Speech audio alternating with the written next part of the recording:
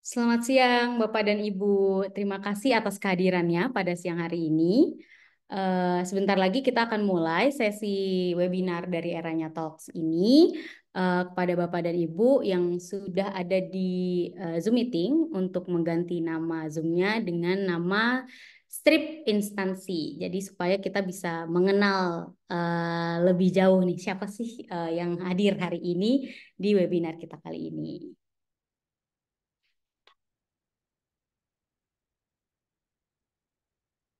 Oke, sambil menunggu yang lain, saya juga mau mengingatkan nanti akan ada e-sertifikat yang bisa Bapak dan Ibu klaim.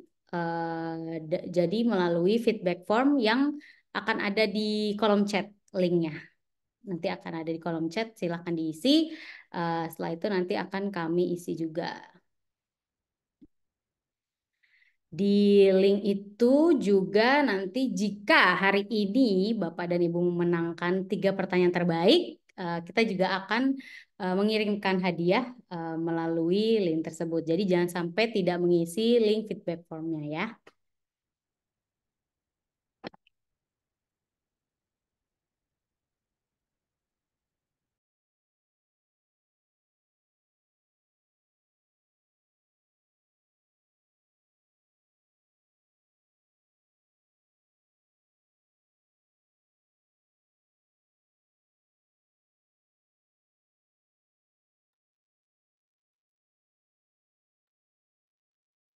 Oke, Assalamualaikum warahmatullahi wabarakatuh. Selamat siang kepada Bapak dan Ibu peserta webinar Eranya Talks yang sudah bergabung secara daring hari ini melalui Zoom meeting.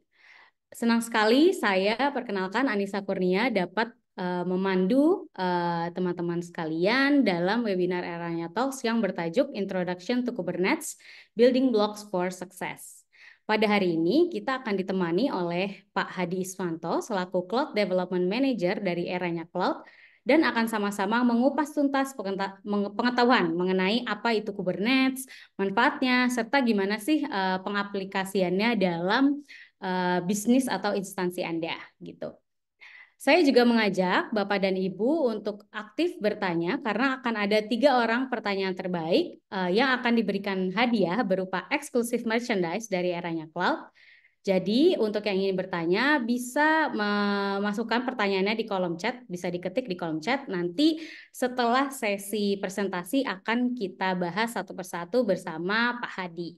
Gitu. Jadi mohon ditulis pertanyaan beserta nama dan dari mana instansi Anda. Gitu. Oke, tanpa berlama-lama lagi, mari kita sambut presentasi dari Pak Hadi Ismanto mengenai Kubernetes. Kepada Pak Hadi, dipersilahkan. Oke, terima kasih Mbak Anissa atas kesempatan yang diberikan. Eh, Assalamualaikum warahmatullahi wabarakatuh. Selamat siang untuk semua kawan-kawan. Saya Hadi Ismanto, engineer di Eranya Cloud.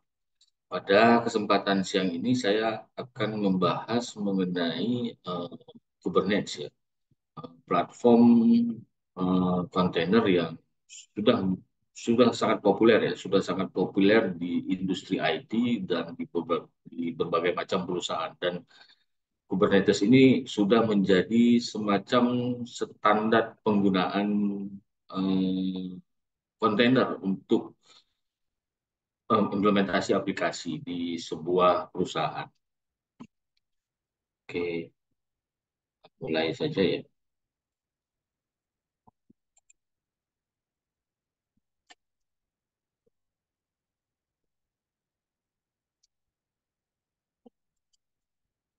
Oke, sebelum kita bicara mengenai Kubernetes ya, ada baiknya kita berbicara mengenai kontainer ya. Nah, eh, Kubernetes ini lahir dikarenakan adanya teknologi kontainer. Eh, Apa itu kontainer? Kontainer itu adalah paket aplikasi yang di dalamnya terdapat software dan segala dependensi untuk menjalankan aplikasi tersebut. Seperti itu. Adapun dari sifat dari kontainer itu adalah lightweight itu ringan, terus kemudian terisolasi, mudah dideploy dan composable. Dari gambar di bawah ini kita dapat lihat ada 3 kontainer yang jalan dalam satu kernel host. Kernel host ini maksudnya bisa berupa VM ataupun bisa berupa bare metal ya, atau eh, apa namanya virtual machine yang ada di cloud provider. Di sini ada lightweight, maksudnya lightweight itu ringan. eh, Size dari kontainer ini sangat sangat kecil ya dibandingkan virtual machine. Itu size dari kontainer ini sangat kecil. Kalau virtual machine kita mendeploy sebuah virtual machine itu bisa ukurannya itu giga ya. Sedangkan untuk kontainer itu hanya mega, seperti itu, megabyte ya, maksudnya megabyte di sini. Eh, dan juga ya karena begini, yang ada di dalam kontainer itu hanya aplikasi yang software-software yang dibutuhkan saja yang jalan di dalam aplikasi tersebut, yang untuk menjalankan aplikasi tersebut gitu. Contoh misalnya kita ingin menjalankan aplikasi Java, eh, yang diinstal di dalam, yang di setup di dalam kontainer itu, misalnya itu ada Java Runtime dan Java SDK, terus Tomcat Web Service, dan juga OS Debian. Nah, OS Debian ini pun ini hanya sebagian kecil saja yang diinstal di situ. Tidak secara keseluruhan OS yang terinstal di dalam uh, kontainer. Ya, contohnya apakah untuk menjalankan aplikasi itu kita membutuhkan konfigurasi network, konfigurasi DNS dan lain-lain, itu tidak. Di OS yang ada di kontainer itu tidak menginstal software-software tersebut. Hal inilah membuat ukuran image dari kontainer itu menjadi kecil sampai seukuran megabyte. Tidak seperti VM yang ukurannya bisa gigabyte ya. Itu. Yang kedua, sifat dari kontainer itu terisolasi. Antar kontainer satu, kontainer dua, dan kontainer tiga itu saling terisolasi. Maksudnya terisolasi ini, jika kontainer A itu crash atau hang, itu tidak akan berpengaruh ke kontainer B dan kontainer C. Begitu juga sebaliknya, jika kontainer B crash, kontainer A dan kontainer C tidak akan ikutan crash. Seperti itu. Beda dengan VM ya, kita misalnya menginstal aplikasi semua dalam satu virtual machine. Misalnya Nginx itu hang, database yang ada di dalam itu juga bisa ikutan hang. Ada 2 aplikasi yang jalan di dalam VM itu, dua-dua juga akan ikutan hang. Beda dengan kontainer. Kontainer tidak seperti itu. Yang sifat yang ketiga adalah easy to deploy, mudah di deploy. Maksudnya di sini mudah di deploy kalau kita melakukan provisioning sebuah VM itu mungkin akan memakan waktu sekitar 15 sampai 30 menit. Untuk mendeploy sebuah VM itu memakan waktu sekitar 15 sampai 30 menit. Ya, kalau teman-teman sudah pernah memakai AWS atau GCP atau eranya cloud, itu pasti terlihat lah. Maksudnya kita mendeploy sebuah VM itu memakan waktu yang cukup lama ya. Belum lagi untuk menginstal aplikasi yang ada di dalamnya. Contoh kita mau menginstal aplikasi Java ya. Kita harus install Java SDK, Java Runtime, kemudian Tomcat Web Service, dan lain-lain. Itu memakan waktu banyak sekali. Nah, sedangkan kontainer itu untuk mendeploy aplikasi di dalam itu sangat sangat cepat. Bisa dalam hitungan menit atau detik ya. Contoh kita mau deploy aplikasi Nginx, gitu. Langsung aplikasi yang running di atas web service Nginx itu bisa langsung dalam hitungan detik langsung jadi aplikasi tersebut. Itulah kenapa dibilang kontainer itu easy to deploy. Kemudian sifat yang keempat dari kontainer itu composable ya. Composable di sini disusun, mudah disusun. Jadi aplikasi software-software yang akan diinstal di dalam kontainer itu sebelumnya kita akan melakukan predefine. Eh, Kita akan menulis software-software apa saja yang akan diinstal di kontainer tersebut ya. Kita akan melakukan penulisan predefined software gitu. Misalnya nih kita mau menjalankan aplikasi WordPress tuh. Software-software apa saja yang harus diinstal di kontainer itu. Contoh misalnya PHP, terus Nginx, PHP FPM, kemudian modul-modul dari FA, modul-modul dari PHP tersebut gitu. Eh, itu dalam bentuk file yang sudah disusun. Sehingga untuk melakukan konfigurasi, perubahan, dan lain-lain di dalam kontainer itu sangat sangat mudah sekali, sangat sangat gampang lah seperti itu. Dikarenakan empat sifat ini yang dimiliki oleh kontainer ini cocok dengan eh, model arsitektur pengembangan software yang modern yang sering kita sebut itu microservices. Nah, di sini dapat kita lihat di gambar ini microservices. Microservices itu adalah software-software yang aplikasi-aplikasi yang jalan dalam bentuk service yang kecil-kecil seperti itu.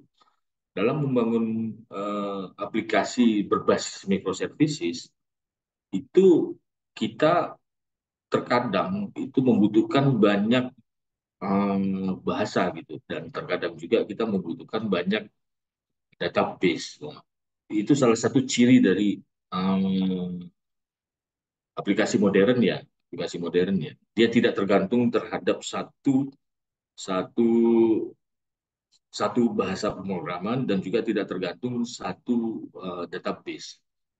Contoh misalnya untuk front end kita bisa nulis pakai React.js, AngularJS, dan sedangkan untuk back end kita bisa nulis pakai Python atau .js gitu. Dan masing-masing fungsi ini itu dibundle dalam satu paket kontainer seperti itu, terpisah-pisah. Begitu juga dengan database, kita bisa menggunakan berbagai macam database dalam kontainer ini. Berbeda dengan monolitik arsitektur ya, monolitik arsitektur itu biasanya umumnya itu menggunakan satu bahasa pemrograman dan juga menggunakan satu model database. Nah, ini tidak cocok untuk pengembangan aplikasi modern seperti itu. Berikutnya adalah bagaimana kita ingin membangun sebuah aplikasi yang besar dan kompleks di atas kontainer ya. Yang mana aplikasi itu membutuhkan ratusan bahkan ribuan kontainer. Bagaimana kita memanage kontainer-kontainer tersebut? Bagaimana kita mengorganize VM-VM yang mewadahi kontainer-kontainer tersebut? Ya. Karena hal itulah dari pertanyaan-pertanyaan inilah muncullah lahirlah Kubernetes. Kubernetes itu ya semacam platform open source yang mengorchestrate eh, kontainer-kontainer yang ada di dalam VM, kontainer-kontainer yang ada di dalam bare metal seperti itu. Kalau kita kalau tidak ada Kubernetes itu sangat-sangat sulit untuk memanage kontainer yang jumlahnya sampai ratusan dan bahkan mungkin ribuan begitu ya. Yang saya ketahui itu salah satu marketplace ini di Indonesia yang populer itu bisa mencapai kontainer itu sampai ribuan ribuan kontainer mereka punya. Nah, adapun tugas dari Kubernetes itu adalah melakukan provisioning container, melakukan deploying container, kemudian melakukan scaling scale up dari kontainer dan juga memanage kontainer-kontainer tersebut yang ada di eh, kernel host atau virtual machine atau bare metal seperti itu. Eh, Kubernetes ini awalnya itu dipropoli oleh Google ya, di initiate awal oleh Google. Project Kubernetes ini diinisiat awal oleh Google yang dimulai pada tahun 2014 ya. Kemudian 2015 muncullah Kubernetes versi 1. Akan tetapi sepertinya Google ini tidak ingin membuat Kubernetes ini hanya untuk dirinya sendiri, sehingga Google kemudian bekerja sama dengan Linux Foundation untuk membuat uh, badan badan yang mewadahi Kubernetes ya. Terbentuklah Cloud Native Computing Foundation. Cloud Native Computing Foundation ini yang sekarang saat ini mewadahi project Kubernetes. Di dalam Cloud, Cloud, Cloud Native Computing Foundation ini ada Red Hat, ada VMware, ada Microsoft, sehingga inilah yang membuat Kubernetes itu sangat-sangat cepat dan populer saat-saat ini karena didukung oleh banyaknya perusahaan-perusahaan besar dalam membangun Kubernetes ini. Seperti itu. Gambar di samping adalah menunjukkan bagaimana cara kerja dari sebuah dari cluster Kubernetes ya. Orchestrator itu Kubernetes, kemudian di bawahnya ada node-node yang diorkestrate oleh Kubernetes. Di dalam node-node ini ada kontainer-kontainer. Berikutnya adalah arsitektur dari Kubernetes ya. Seperti ini arsitektur dari Kubernetes ya, banyak istilah-istilah dan yang agak terlihat ruwet gitu. Tapi sebenarnya ini nggak terlalu ruwet ya. Ini gampang sebenarnya. Nanti uh, berikutnya akan saya jelaskan lebih detail. Tapi di sini kita bisa lihat ya. Secara umum Kubernetes ini terbagi dua ya. Terbagi dua. Secara garis besar cluster Kubernetes ini terbagi dua. Yang pertama itu master node, yang kedua itu worker node. Master node dan worker node itu bisa dalam berupa VM, virtual machine instan, ataupun bare metal gitu. Itu terserah saja. Maksudnya kita mau menggunakan VM ataupun menggunakan bare metal itu tergantung dari keinginan masing-masing individu ya atau perusahaan.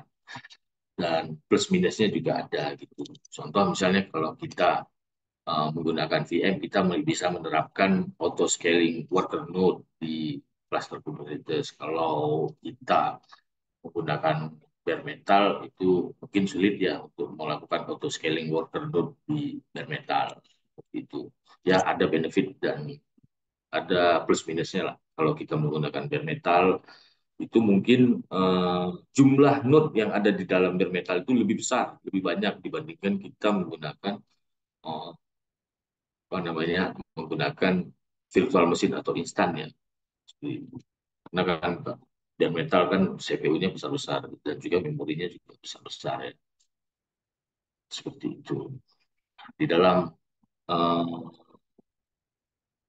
Kubernetes ini fungsi dari master node ini adalah sangat-sangat kritikal ya.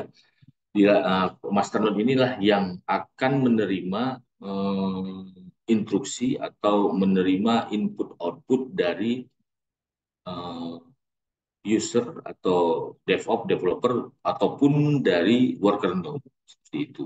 Dan komponen-komponennya ada API server, ada cloud control manager, ada control manager, ada scheduler, ada etcd. Nah, sedangkan di worker node itu ada komponennya kubelet, ada kube proxy. Oh, di sini harusnya ada satu lagi sih ini container runtime. Container runtime itu maksudnya bisa Docker atau bisa CRIO atau bisa Podman ataupun bisa container D.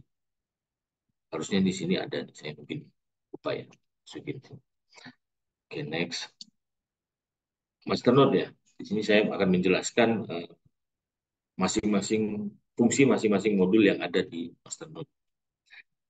API server. API server ini semacam gerbang ya, gerbang antar muka, gerbang komunikasi eh, cluster Kubernetes dengan eksternal ataupun dengan worker node. Dari API server inilah kita bisa berinteraksi.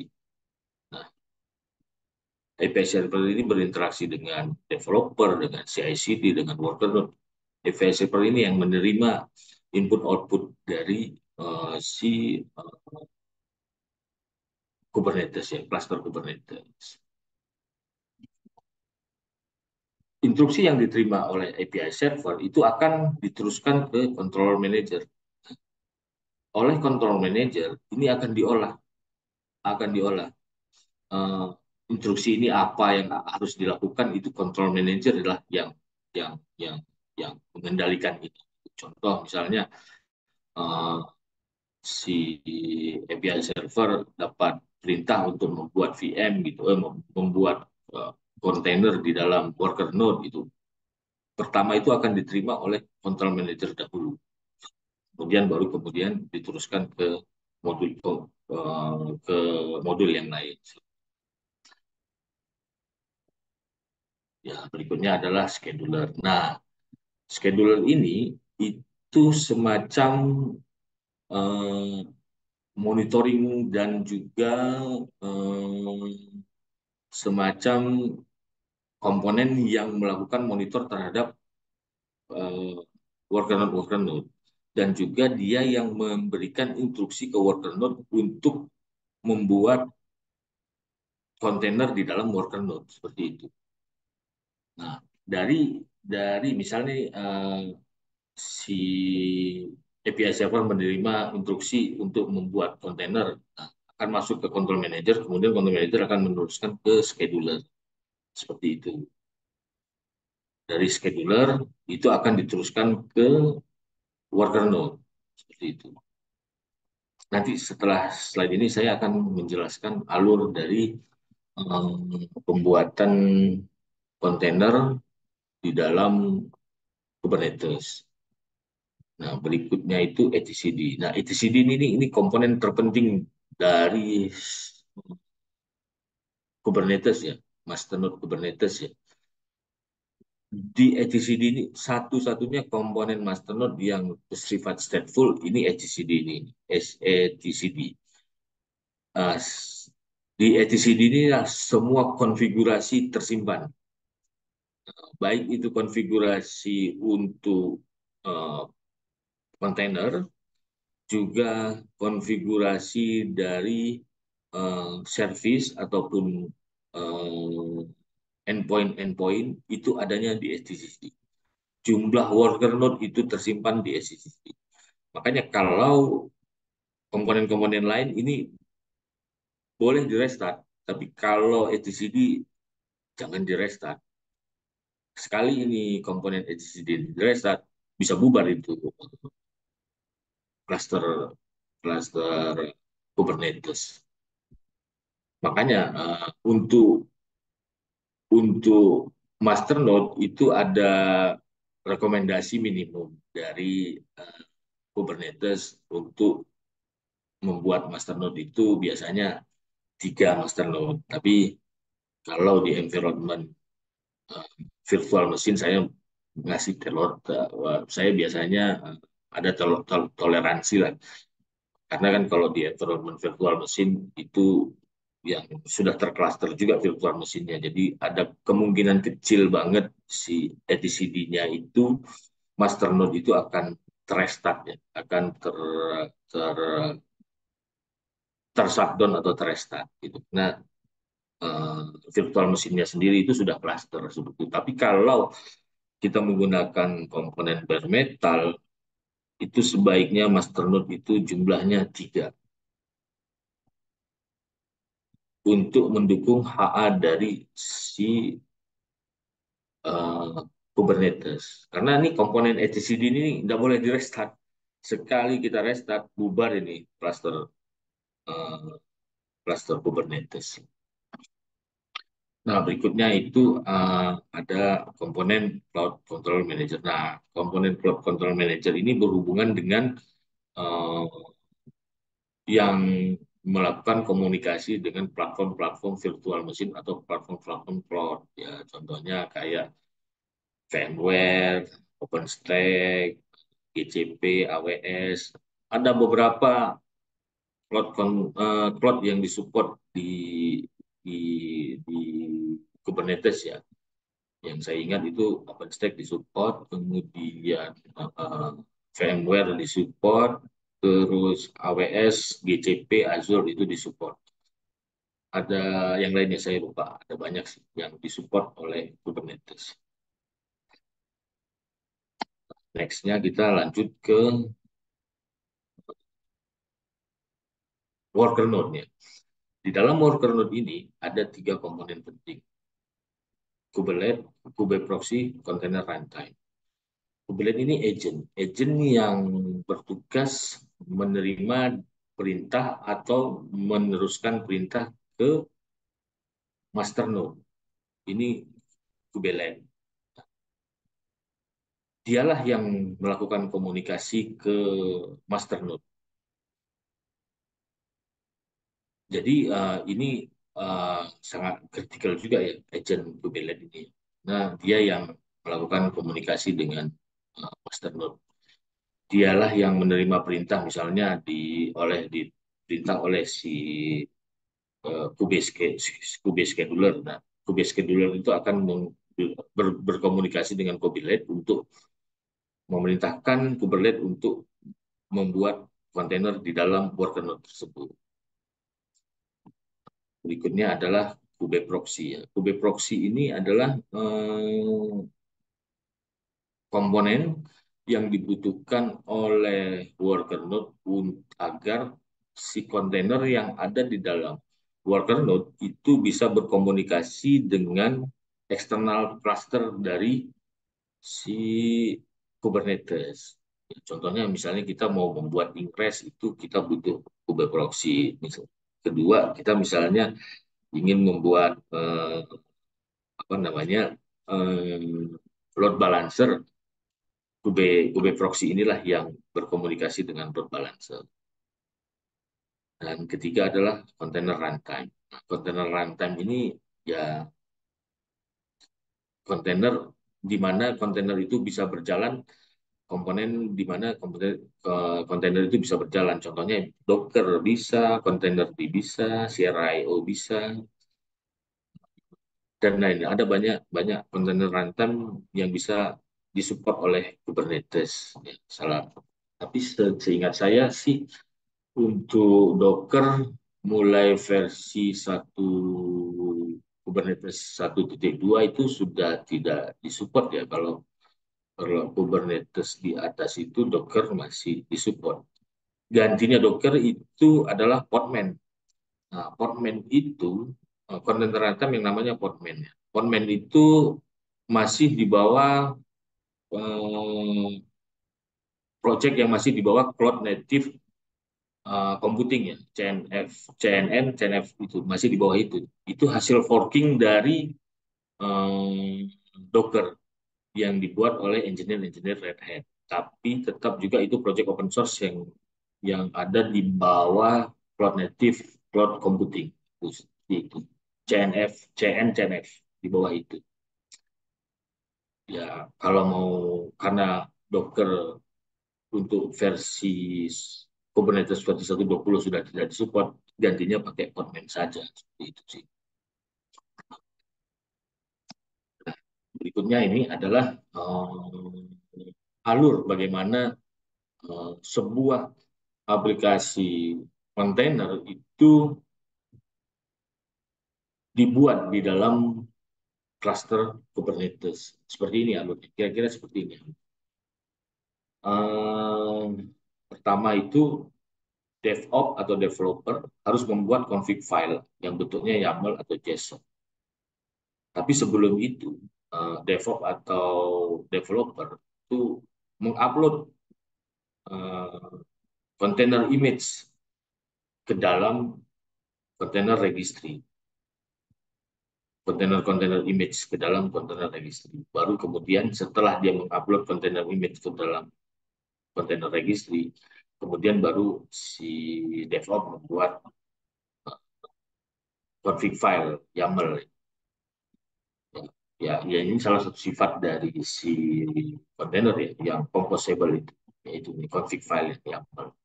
Setelah DevOps atau developer membuat config file atau YAML, itu kemudian DevOps atau developer memerintahkan masternode untuk membuat kontainer sesuai dengan konfigurasi yang ada di dalam YAML file atau config file ini. Nah, setelah masternode itu menerima uh, config file atau YAML file ini, kemudian masternode melalui Kube scheduler itu akan memerintahkan kubelet yang ada di worker node untuk mendeploy kontainer berdasarkan konfigurasi file ini, konfigurasi file seperti itu. Begitu alurnya. Contoh di sini si developer ingin membuat dua kontainer berbentuk hexagonal ini dan satu kontainer berbentuk bulat. Si master node memerintahkan kubelet dan Kubernetes memerintahkan kontainer runtime untuk mengambil kontainer kontainer image yang ada di kontainer registry untuk dideploy di worker node. Seperti itu. Jumlahnya harus sesuai dengan yang ada di konfigurasi file ini. Misalnya untuk yang kontainer oksagonal ini ada dua. uh, untuk kontainer yang bentuknya bulat ini ada satu. Itu dia akan alurnya akan seperti ini.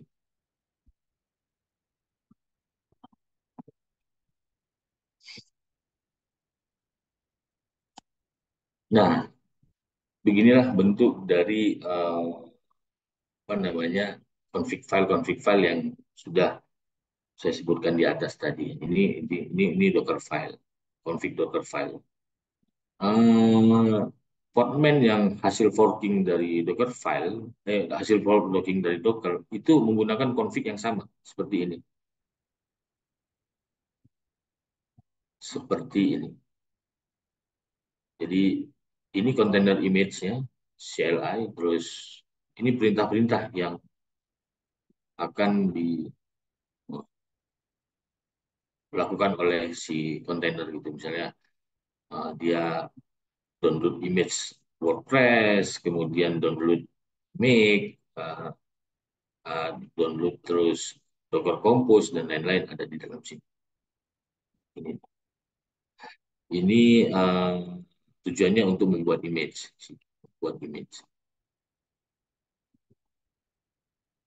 Kemudian ini adalah YAML file, config file ya. Ya, di sini ini yang dibutuhkan oleh master node ya. Di sini ada deploy ya, deployment ya. Di sini deployment contoh dia akan mengambil image uh, image WordPress ya. Di sini dia akan mengambil image WordPress, kemudian akan mengambil image MySQL, um, di sini harusnya ada di bawah sini. Dan dia mengambil image WordPress dan image MySQL. Ini akan deploy di sini. Jumlah kontainer pun harusnya ada di sini sih. Ada replika di sini. Di sini ada replika. Misalnya kita ingin uh, jumlah kontainer untuk WordPress ada dua, ya di sini. Atau misalnya kita ingin jumlah kontainernya WordPress ada tiga, di sini harusnya ada replika. Replika. Di bagian sini ada komen replika. Itu. Nah, setelah kontainer itu dibuat, nah baru kemudian kita buat service. Service ini untuk komunikasi sih sebenarnya, komunikasi dengan internal kontainer ataupun dengan eksternal. Di sini ada load balancer atau kita bisa menggunakan ingress juga di sini. Di sini service. Service untuk WordPress itu gitu. Seperti itu.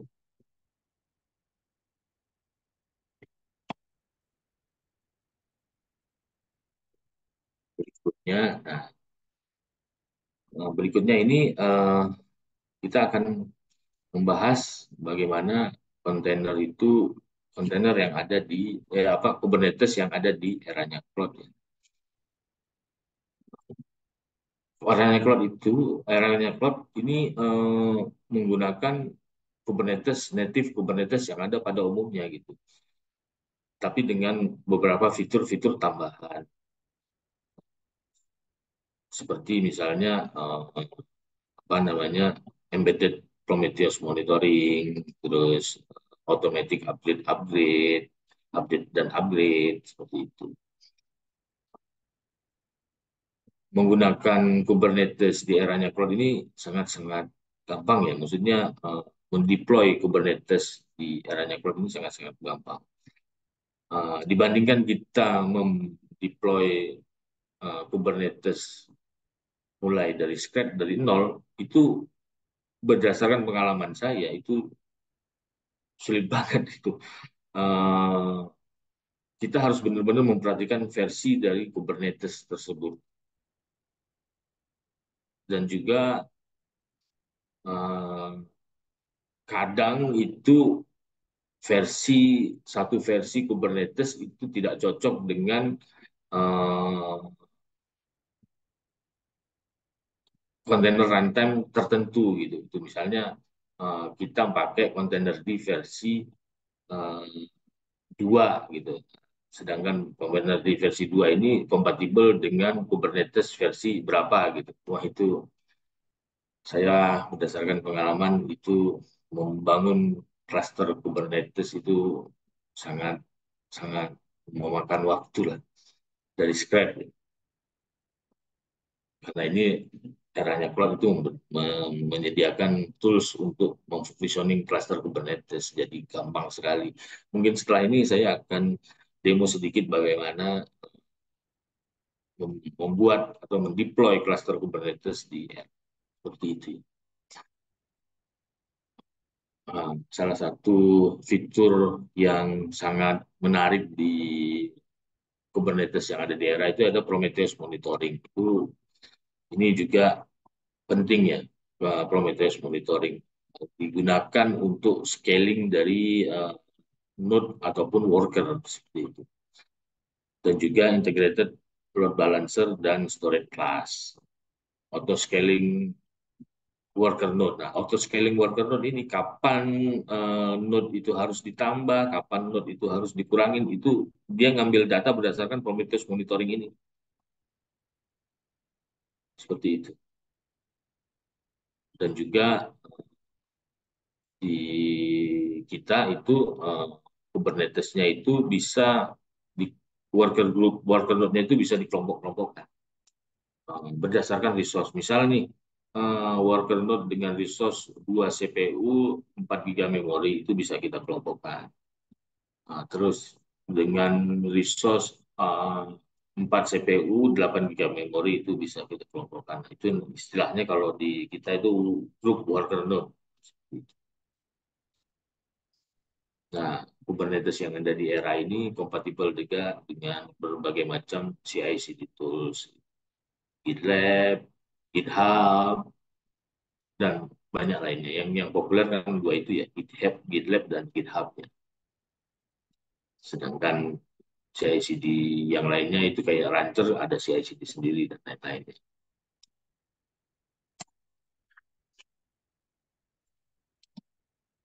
Beginilah tampilan dari embedded Prometheus monitoring. Saya menggunakan OpenLens ya, klien OpenLens ya, di sini ya.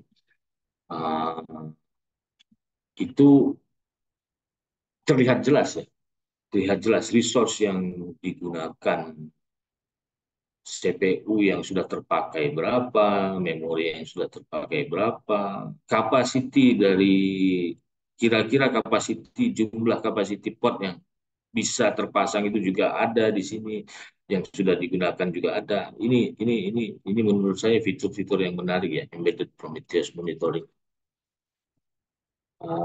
Dari sisi developer juga bisa memperkirakan tools, aplikasi-aplikasi apa saja yang akan diinstal. Kemudian dari sisi monitoring operation juga bisa melihat kira-kira harus nambah node atau bagaimana. Seperti itu bisa kelihatan di embedded Prometheus monitoring. Nah, di sini komponen-komponen dari embedded Prometheus monitoring ada Magnum dan lain-lain ya. Di sini juga kelihatan nih, karena ada Prometheus embedded monitoring, kita bisa kelihatan tuh penggunaan memori per node, juga penggunaan CPU per node itu terlihat seperti itu.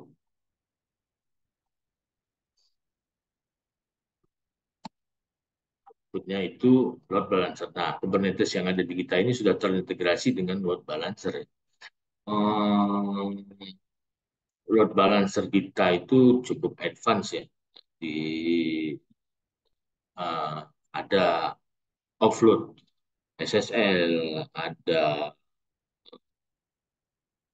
port forward. Jadi maksudnya port 443 di forward ke port 9443. Terus model load balancernya seperti apa? Dan juga load balancer kita bisa HA. Jadi satu service bisa menggunakan dua load balancer. Jadi jika ada satu load balancer mati, load balancer yang lain tetap ada, ya, tetap menyala. Ini menariknya itu sih. Setahu saya sih kalau AWS ya untuk load balancernya itu kita nggak bisa langsung melakukan eh, offload SSL ya. Stepnya itu agak panjang, sedangkan untuk yang di era ini agak cepat sih, seperti itu. Nah, berikut ini storage class ya, storage class. Di sini kita bisa melakukan define storage class ya. Di sini saya sebelumnya kemarin saya sudah buat ini dua storage class, high storage class dan standard storage class. Nah, perbedaannya itu di IOP sih kalau di kita itu. Standar storage class itu 5.000 IOP, sedangkan high high disk itu 7.000 IOP. Semua disk storage yang digunakan di era ini menggunakan NVMe ya. Jadi ya cukup cukup cepat untuk sebuah cluster ya, cluster Kubernetes, NVMe storage.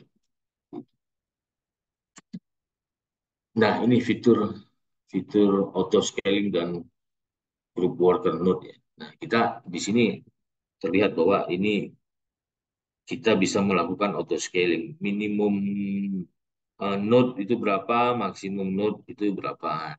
Ini bisa kita bisa bikin langsung auto scaling. Dan di sini kita bisa melakukan grouping, grouping worker node berdasarkan resource. Di sini kelihatan. Berikutnya sih saya akan demo ya. Kalau masih ada waktu ya, saya akan demo untuk memperlihatkan bagaimana cara mendeploy apa namanya cluster Kubernetes di era Necro. Mbak Anissa masih ada waktu berapa Mbak Anissa untuk ini? Boleh 7 menit lagi boleh Pak. Oh, 7 menit. Saya rasa cukup lah untuk mendeploy cluster Kubernetes. Kayaknya saya akan coba demo deploy cluster Kubernetes.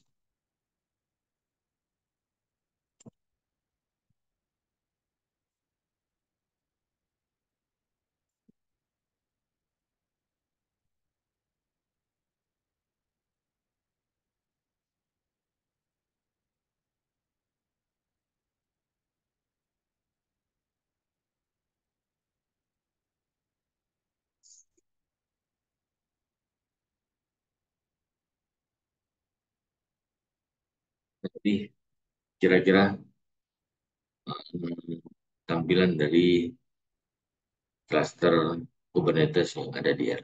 Yang seperti saya bilang tadi itu ini ya, untuk update itu sangat gampang sekali kita mau update. Ini langsung mau update ke versi berapa.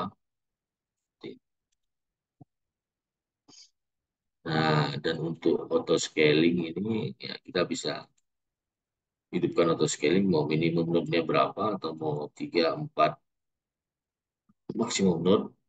Ini salah satu keuntungan kita menggunakan VM sebagai basic host kernel host dari suatu cluster Kubernetes. Berbeda kalau kita menggunakan bare metal ya. Kalau menggunakan bare metal untuk melakukan auto scaling bare metal itu wah, itu sangat-sangat sulit ya. Tapi kalau untuk auto scaling pod yang untuk auto scaling container itu ya sudah ada ya sudah pasti ada bisa. Tapi kalau untuk auto scale node atau auto scaling worker node di bare metal itu saya yakin itu sulit sekali sih. Kalau untuk kalau kita menggunakan platform virtual machine itu gampangnya seperti itu. Nah, yang kedua itu grouping grouping dari uh, worker node ya. Contoh nih, default worker node ini kita gunakan untuk aplikasi A gitu. Sedangkan grup satu worker node itu untuk digunakan aplikasi B. Itu bisa dengan metode grouping worker node. Nah, batasan dari grouping worker node itu ada di labeling di sini. Kita harus menerapkan labeling. Begitu juga di konfigurasi YAML yang ada di Kubernetes itu harus diterapkan labeling untuk memastikan bahwa eh, kontainer yang terdeploy itu ada di group worker A gitu atau group worker default seperti itu. Itu ini menarik ini sih fitur yang menarik saya pikir karena kita bisa eh, menentukan si kontainer itu terdeploy di salah satu group worker seperti itu.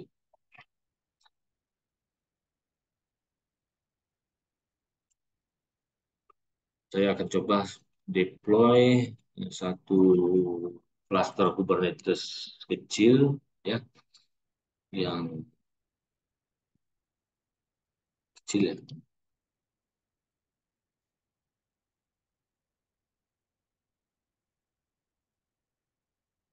Ini kalau kita ingin master node-nya HA ya. Tapi kalau kalau kita menggunakan platform virtual machine, saya masih toleransi sih tidak menggunakan HA karena virtual machine-nya sendiri sudah HA.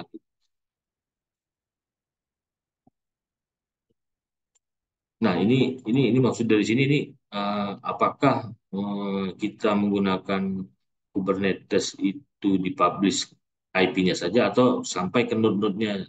Nah, kalau kita ingin mempublish IP public termasuk di node-node-nya ini begini konfigurasinya seperti ini. Jadi si node-nya itu juga akan dapat membuat ingress. Kalau kita ingin menggunakan ingress itu pasti pakai pakai opsi ini.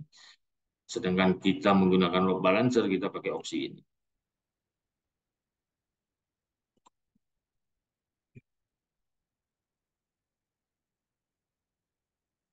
Coba saya cari yang free ya. Oh ini. Di kita ini untuk master node ada flavor yang free ya. Jadi free master node. Nah, ini Prometheus Integrated Monitoring. Ini harus dicentang ya, agar monitor seperti ini nih terlihat.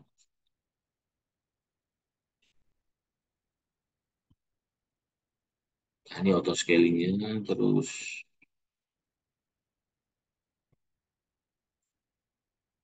Nah, di sini labeling. Jika kita ingin melabel eh, grup worker node ini, kita harus pasang di sini. Jadi nanti kontainer yang terdeploy di sini, mau ingin deploy di sini harus punya label ini gitu. Seperti itu. Labeling yang ada di Kubernetes. Ini untuk minimum node satu atau maksimum node tiga. Nah, dan lagi kalau ini hidup atau scaling, ini integrated monitoring yang ini harus nyala, harus nyala.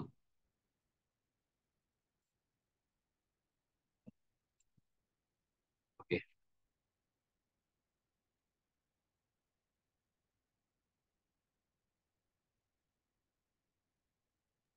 Oke, Pak Hadi, ini mungkin sambil kita menunggu dan sambil demo nih. Kan sudah Hmm. ada beberapa pertanyaan nih, ada dua pertanyaan masuk.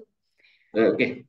Oke, kita sambil tanya jawab aja ya Pak, supaya Oke, waktunya oke, juga oke. cukup. Jadi ada pertanyaan dari Pak Gilang Christian dari Circle, izin bertanya, Hmm. untuk existing workers, apa bisa kita adjust labelnya? Saya lihat di konfigurasi workers cuma ada related auto scale. Itu pertama kali dibuat di sini pada saat kita create worker baru sih seperti itu. Nah, untuk di adjust di sini di di apa namanya di existing yang sudah tercreate itu tidak ada, tapi itu bisa kita melakukan konfigurasi menggunakan YAML config sih, YAML config yang ada di Kubernetes itu ada Kak. Ada pakai CLI, kube kubectl CLI seperti itu. Ada itu bisa. Tapi secara GUI itu untuk editnya, adjusting edit itu belum ada. Harusnya sini ada fitur ini harusnya ada. Mungkin next version ya, next version itu ada. Oke, semoga sudah cukup menjawab ya Pak Ya. Gilang. Kemudian ada lagi sambil menunggu itu kan masih creating nih ya. Sambil menunggu lagi ada pertanyaan dari Pak Heri Sasminto dari CV Lintas Mahakam. Apa implikasi jangka panjang yang paling signifikan dari mengadopsi Kubernetes dan Docker untuk infrastruktur teknologi organisasi kami? Jadi apa implikasi jangka panjang yang paling signifikan dari pengadopsian Hmm. Kubernetes dan Docker untuk infrastruktur teknologi organisasi di CV Lintas Mahakam. Oh, Kak. Ah, teknologi kontainer saat ini terus berkembang sih. Em, saya yakin ini berdasarkan keyakinan ya. Maksudnya em, akan ada pergeseran dari teknologi yang awalnya itu tradisional bare metal, kemudian bergeser virtual machine, nextnya akan bergeser ke kontainer. Itu dapat dilihat dari bergeraknya banyak perusahaan besar yang migrasi ke kontainer. Contoh itu SAP dan SAS ya. SAS itu dua perusahaan aplikasi terbesar di dunia ya. Itu sekarang SAP itu sudah bisa diinstal di atas kontainer dan SAS juga sudah bisa diinstal di atas kontainer. Saya ada keyakinan sih akan ada pergeseran dari virtual machine ke kontainer itu. Jadi misal nih kalau aplikasi Bapak itu monolitik, ada baiknya sih segera diporting jika ingin mengikuti perkembangan teknologi agar diporting ke microservices sih. Seperti itu. Karena perubahan dari monolitik aplikasi ke microservices aplikasi itu cukup cukup butuh banyak effort sih seperti itu. Soalnya saya pernah bantu beberapa company untuk porting dari monolitik aplikasi ke microservice aplikasi itu memang butuh waktu sih, butuh waktu. Nah, seperti itu sih jawaban dari saya. Oke, mungkin ya abis ini ada langkah-langkah lagi Pak di demonya bisa dilanjut dulu baru nanti ada pertanyaan satu lagi. Oh ya, ini dia. Ini eh, cluster Kubernetes yang sudah tercreate. Saya create. Nah, ini bentuknya VM. Seperti ini. Nah, ini dua VM ini. Ini kan depannya itu nama klasternya, kemudian unique number ini master itu. Contoh nih kita misal mau merubah atau scaling ya, atau scaling.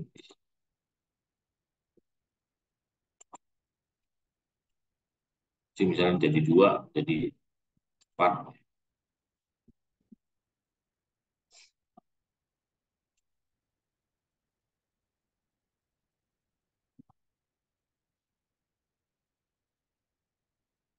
Wah, ini misalnya, oh ini kita naikin dulu, jadi empat. Nah, ini sambil menunggu lagi konfigurasinya selesai. Ada lagi pertanyaan nih Pak dari Muhammad Fauzan Muharam dari PNJ Politeknik Negeri Jakarta. Izin bertanya, apa perbedaannya Kubernetes dengan solusi manajemen kontainer lainnya seperti Nomad dan Docker Swarm? Kenapa harus menggunakan Kubernetes bukan solusi manajemen Docker lainnya? Oh, saya kalau saya sih baru baru menggunakan dua sih, Docker Swarm dan Kubernetes ya. Nah, bedanya Docker Swarm sama Kubernetes itu kalau Kubernetes itu bisa berbagai macam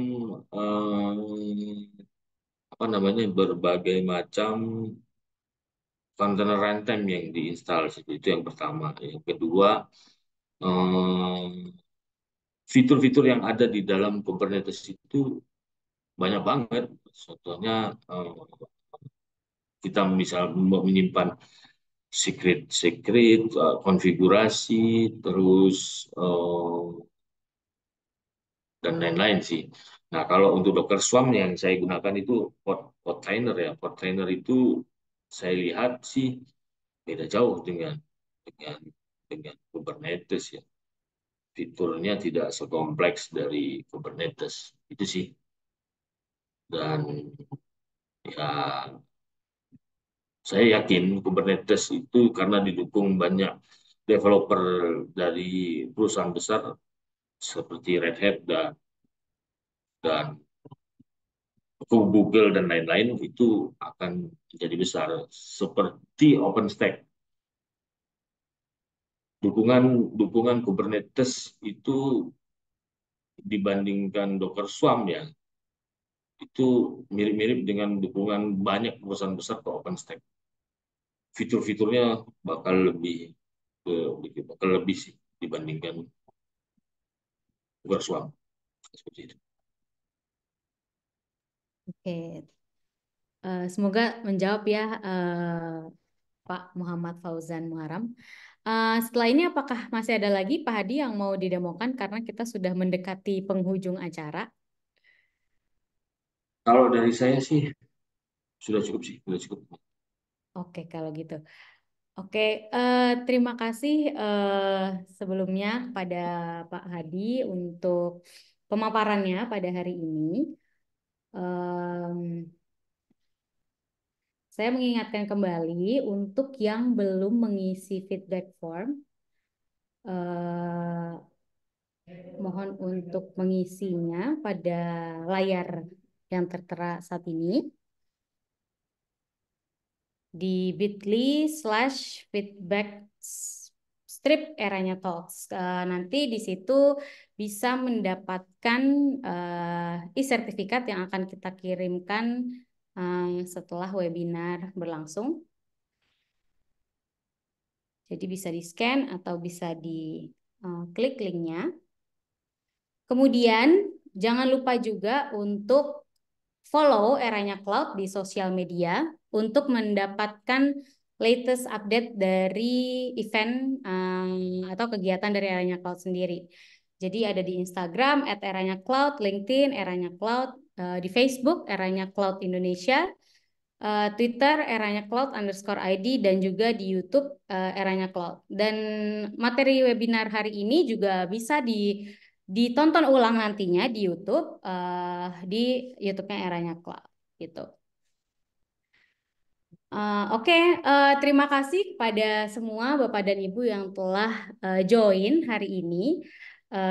Semoga apa yang sudah dijelaskan tadi oleh Pak Hadi bisa bermanfaat dan kita ketemu lagi di event-event eranya cloud lainnya. Terima kasih, sampai jumpa. Terima kasih, Pak Anissa.